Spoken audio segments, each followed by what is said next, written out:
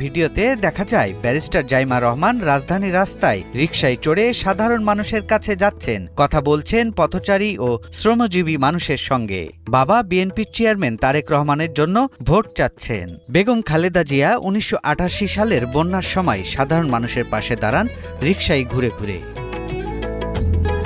রাজনৈতিক বিশ্লেষকদের মতে এটি যেন ইতিহাসের পুনরাবৃত্তি।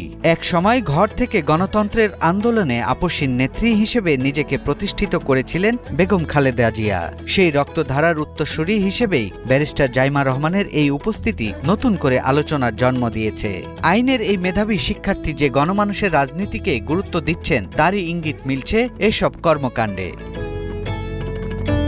রিকশায় চড়ে মানুষের দুয়ারে যাওয়ার দৃশ্য অনেকের কাছে স্মরণ করিয়ে দিচ্ছে অতীতের সেই রাজনীতিকে, যেখানে নেতারা ক্ষমতার দূরত্বে নয়, থাকতেন মানুষের কাছেই। এ ঘটনাকে কেন্দ্র করে রাজনৈতিক